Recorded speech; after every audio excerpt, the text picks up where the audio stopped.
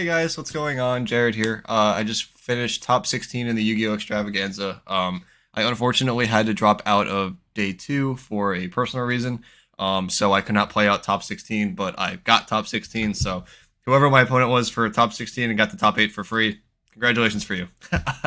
But yeah, I just figured I'd show you off my deck list. This is a really weird format, because it's between Darkwing Blast and the ban list. So this format isn't really going to stick together to be too relevant for now, but I just wanted something to clarify.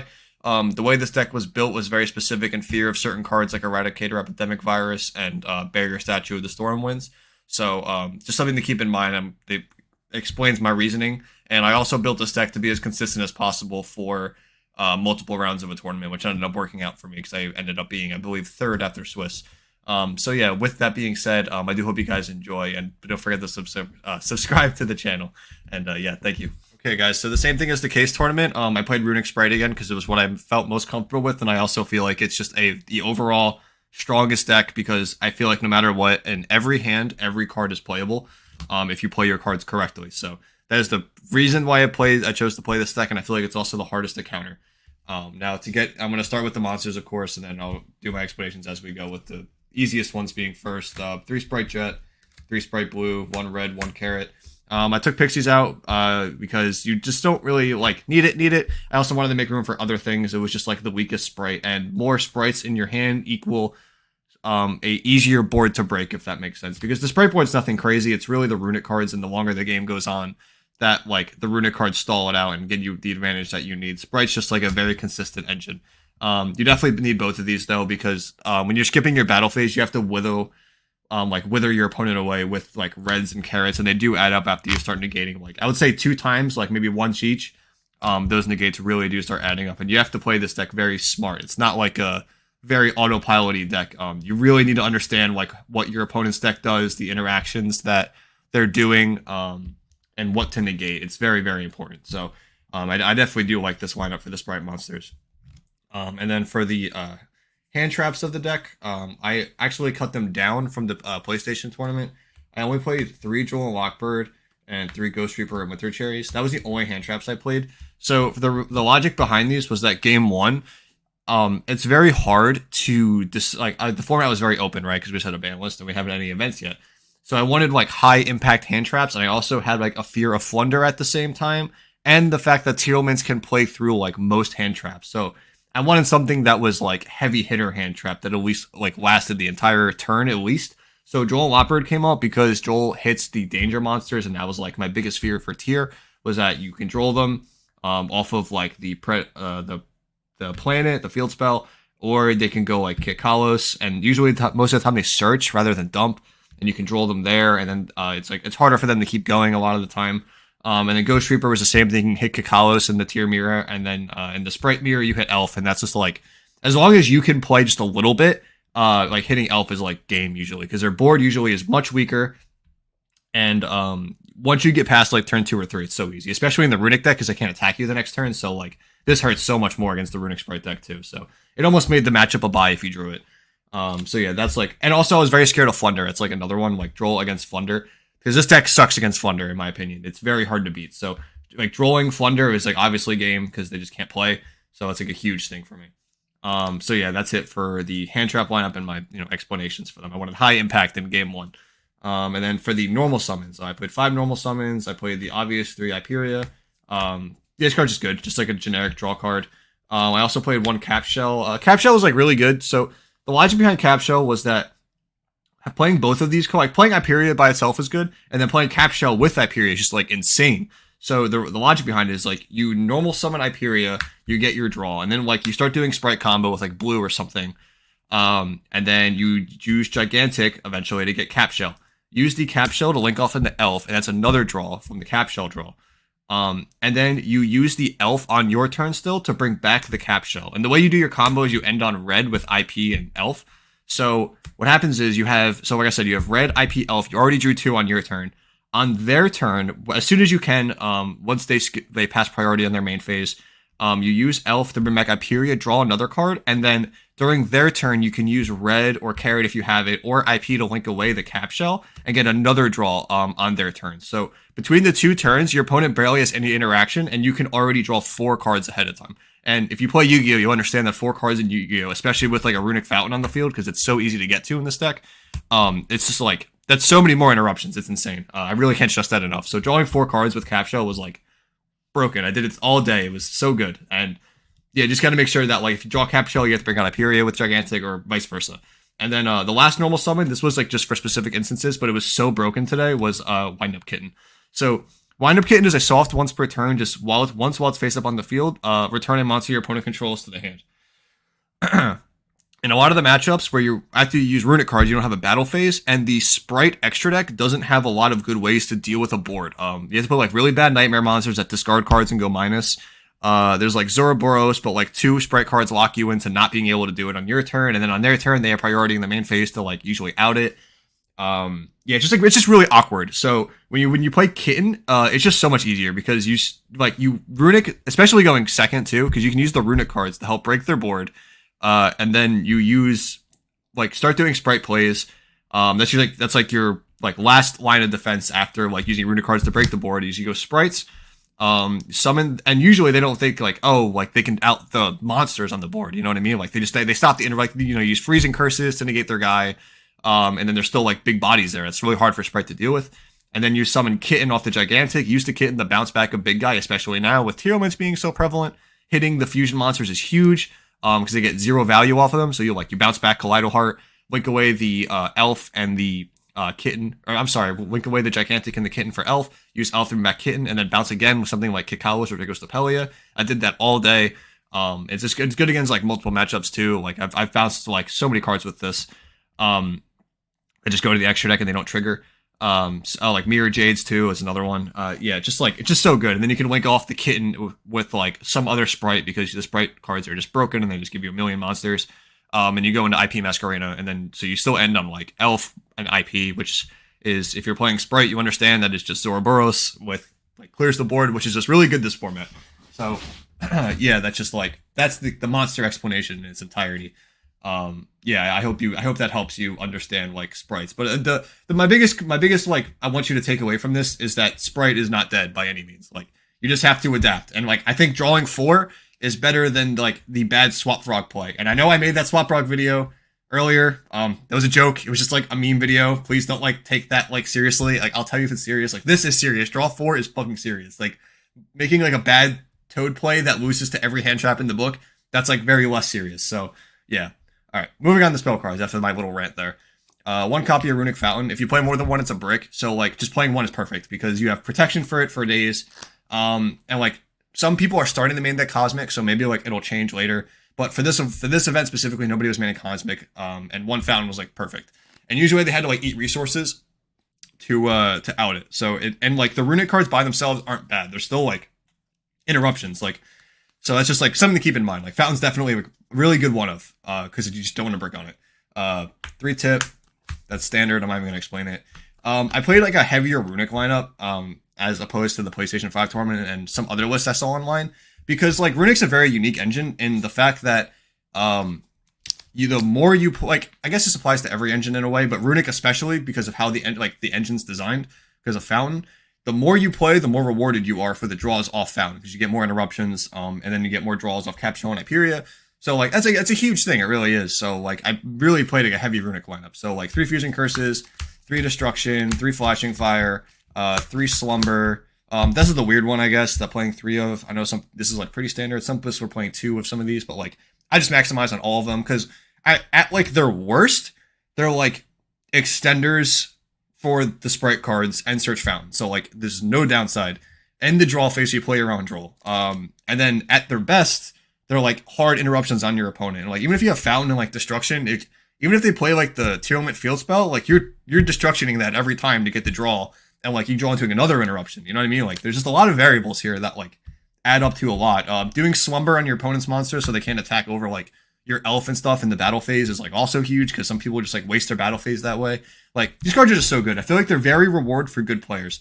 Like sequencing is like so good. I can't stress enough how like sequencing is important. It's so easy to mess up in this deck, especially if you don't say like skip battle phase. Like missing one battle phase is huge, but you play so much differently when you don't have a battle phase. It's the best way I could describe it. That's why Kitten's in here. It makes all the difference. Yeah, and then for the Spright spells, I guess was 3 Spright starter, obviously, and then 2 Smashers. I can never see not playing 2 Smashers. Like it comes up so much in the Runick version. Like maybe in like a pure Spright build you can play one and get away with it because you have a battle phase. But like in the Runick version when you don't have a battle phase, like and you need to constantly clear their monsters with card effects, you really need the second one because like you're getting hand trapped also in here, and like Smashers also dodges some hand traps. Like some people are like interrupting Jet because it gets to like starter or Smashers. But if you just have Smashers in hand, they like Veiler the Jet. You can like chain Smashers, banish their card, and then still resolve the Jet to get starter, and then like go anyway. Like it's just like a lot of like cool interactive plays that you really get rewarded for knowing like a lot of Yu-Gi-Oh.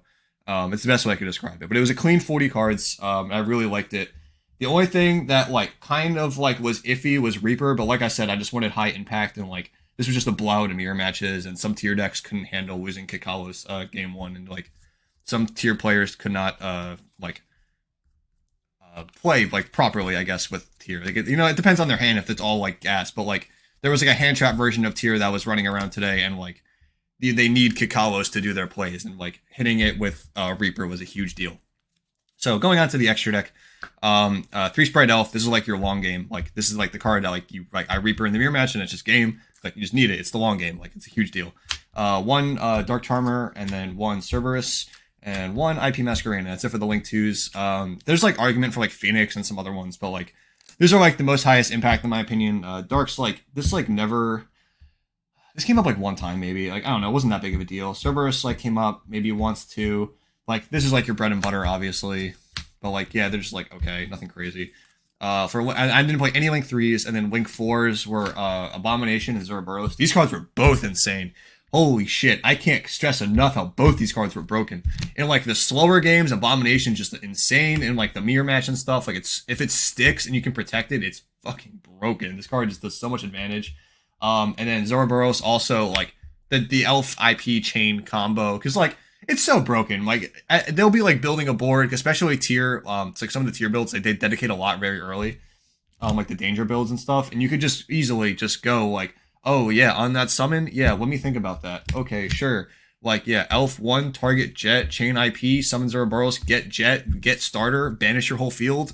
All right, good luck trying to kill me. Like I don't care. It was so good. I can't stress it enough. Just really, really good. So I kind of want to play Unicorn. There were some times where Unicorn I think would have been more relevant, but that's just like I don't know. We'll see how the deck continues. But for now, like this was fine. Like maybe one of these could be Unicorn, but I don't know. It was cool. And then for the Exceeds was just 2 Gigantic Spright, and then the Soul Sweeper. Made this card like once or twice. It was alright.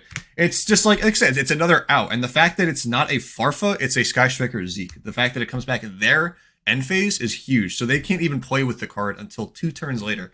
That's like a huge deal. Like I can't stress it enough. But if this sticks around, they don't get it back till 3 turns later. It gives you so much time to deal with a problematic card like what is it? Tearlman's Kaleido Heart is like a perfect example of a card that's annoying to deal with sometimes. You could just Soul Sweeper it away. But if you somehow can't get the kitten, you just Soul Sweeper it away. It's for like a couple turns. It makes life so much easier. And then for the fusion monsters, it was the 1 dog and 2 wings. Dogs never really came up.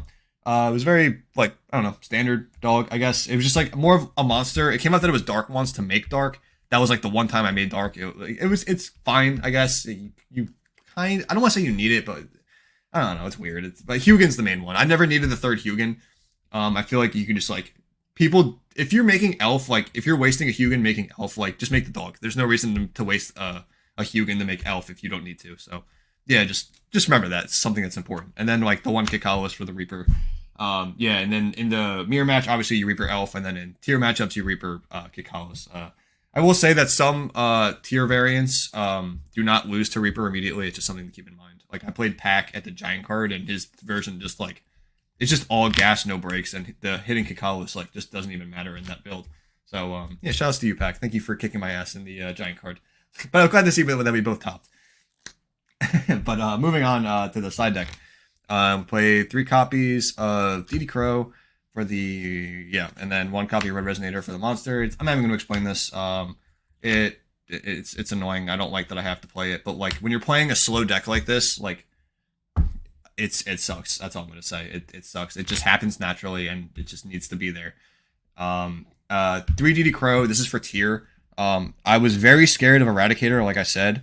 Crow is like the only hand trap that's like guarantee stop Eradicator play. And it's like, if you Crow the Eradicator target, it's like such a heavy hit because that play dedicates so much, as a lot of people were saying earlier. Luckily, nobody did that to me today.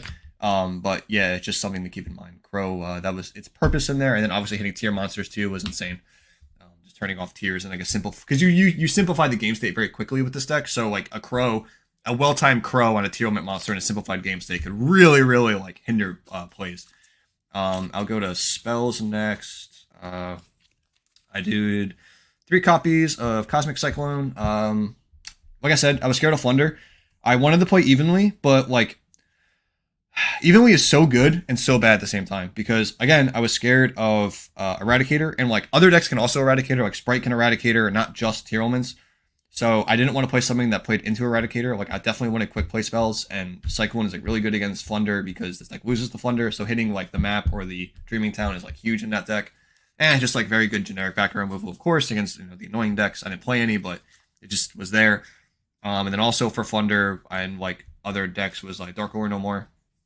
It's just Dark Lore. I don't know. It's just like it's good as long as you're not getting Eradicated. That's the best way I can describe it. It's good for like Sword Soul, good for some like off-brand tier boards depending on what build they have. Good against Spright. So yeah, like Dark Lore is just overall good. Really good against Flunder because it turns off statue. So huge deal.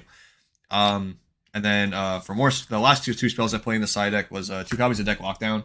This is a weird one. Again, like I needed like, so as you can see, like all these cards are for like going second, and I'm not gonna count Resonator, but like these cards are all for going second. So I need like, and then it only left me with like 5 spots for going first, and I need like high impact cards going first that like really could do a lot of damage. And I didn't want to have it be something that loses the Dark Ruler, or like droplets or something. So I went with like 2 Deck Lockdown because turning off Searching and Yugioh is like a huge deal. Also, like not being able to special summon from deck, so they can't even like Spright starter on their turn is huge.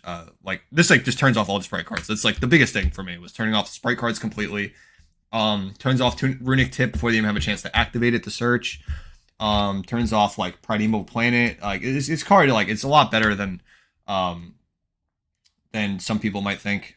You just gotta remember they can still draw. That's a big one. So like danger still work and stuff. Like I wouldn't put this in against tier. That was not what it was purposes for because you're drawing so many cards anyway. You should be able to dig into the other card those for tier. This is mostly for like Spright and Flunder going first. So like the other matchups. And then for tier element going first, we played the 3 copies of D Barrier. And like I said, you play so many draw cards going first. You just should see it. Hopefully should see it. And if you don't see it, you went first anyway, and you probably have a decent enough setup anyway to stall out. And then even if you draw this card in like the mid game, it's like still fine. It's always high impact no matter what. Just D Barrier. It's broken. There's nothing really else to it. But yeah, that's the deck. Overall, the event went smoothly, and it was good. A good event. Again, it sucks that I couldn't play out top 16, so I don't know what would have happened. But it was super cool. I like the event, and I like the deck a lot. But we'll see how Darkwind Blast treats us in the future of Yu-Gi-Oh! Because that's going to shake up the format a lot and make a huge differences. So overall, I do hope you guys enjoyed the deck profile and the explanations. I put a lot of time into this deck over the week. My brother knows. Shout out to him and shout out to my friend Nick and shout out to everyone in the Jersey area for who helped me with my deck because I talked a lot of theory with a lot of people. But Nick and Vince, I feel like I talked to the most about it. So thank you guys. I appreciate it a lot. So overall, hope you guys enjoyed the video. Hope you learned something about Sprites, that it's not dead, and how good the Runick cards are, and how rewarding this is. Just remember, it's just not an easy deck to pilot. So overall, have a good day, enjoy, and I will see you guys post Darkwing Blast format.